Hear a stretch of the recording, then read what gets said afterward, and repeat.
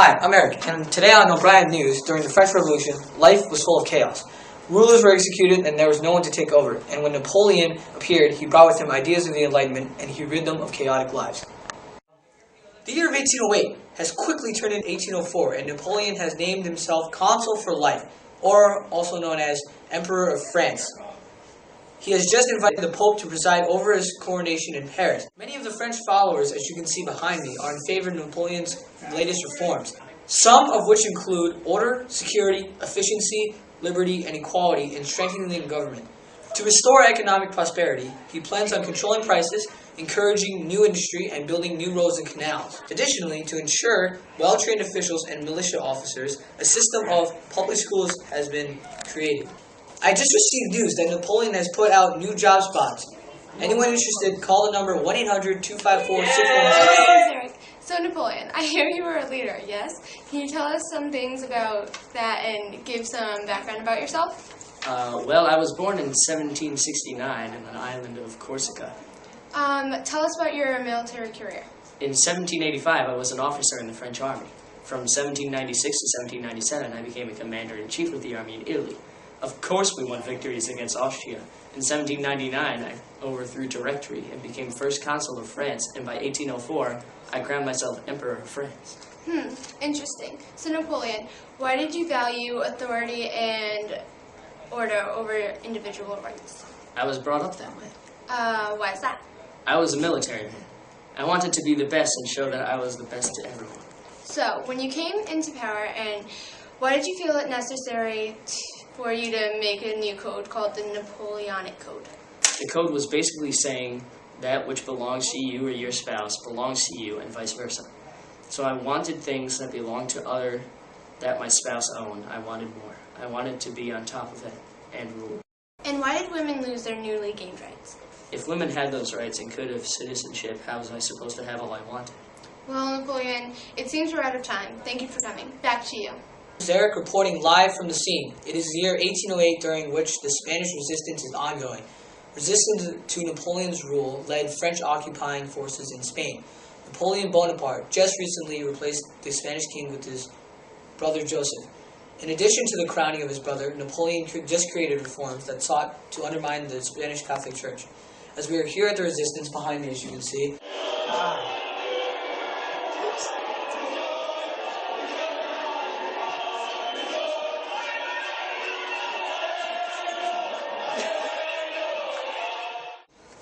many Spaniards are protesting to Napoleon's administration and want the former king to return to his rightful throne.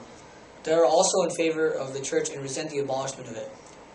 I'm receiving news that the resistance is being dejected by well-armed French forces under Napoleon's order. And I'm receiving more news that the resistance is planning to conduct a campaign of guerrilla warfare. Hello, Admiral. Hello, Maddie. Can you tell us what it is that you do for a living? I'm an admiral in the British Royal Navy. Wow, what's so great about the British Royal Navy? Well, the British Royal Navy is one of the most powerful armies in Europe. What's the most recent navy that you went up against? That would have to be Napoleon's Navy at Trafalgar. What happened there? Well, the French fleet was approaching us, and in the end, my small fleet was able to destroy the entire French fleet. Why is that a big deal?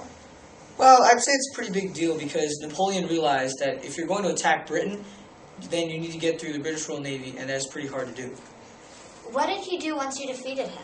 He instituted the continental system, effectively cutting off our commerce.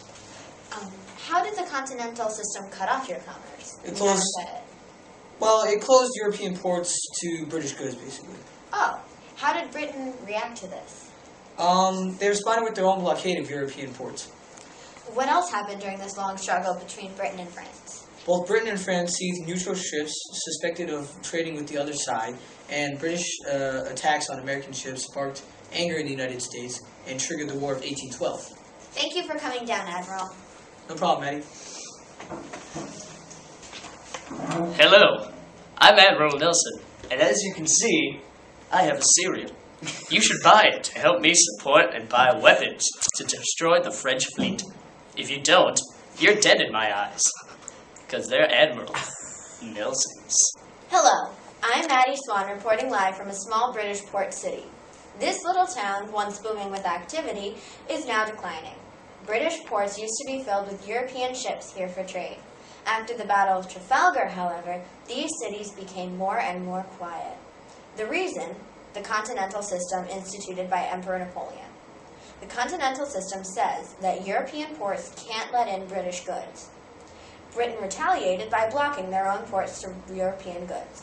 When blockading ports, you need to shut out ports to keep people or supplies from moving in or out. Cities, depending on the revenue from the imports and exports from Europe, tended to get smaller and smaller. One of the only things keeping towns alive was the powerful navy. The British Royal Navy kept vital trade routes to the Americas and India open. Prices of goods in Europe have continued to skyrocket due to their scarcity. Thanks. Back to you.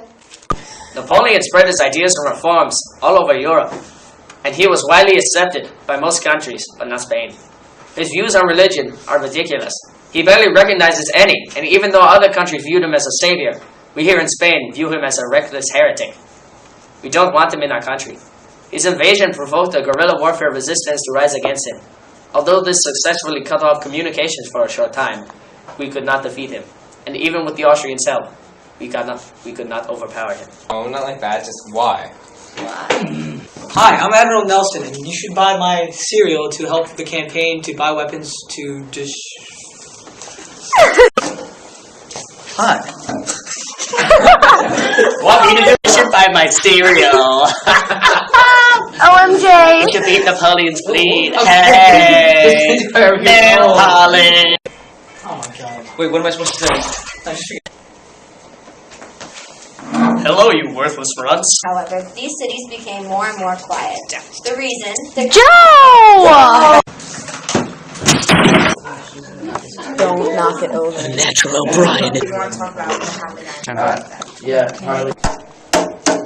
In other news, I was rickrolled this morning. I won't rub my nipples on you. Or does he want the power? I gotta review them, slow down, kind of. Is it done? Yes. Alright. Everything's centered? Everything's good? It's recording right now. Okay.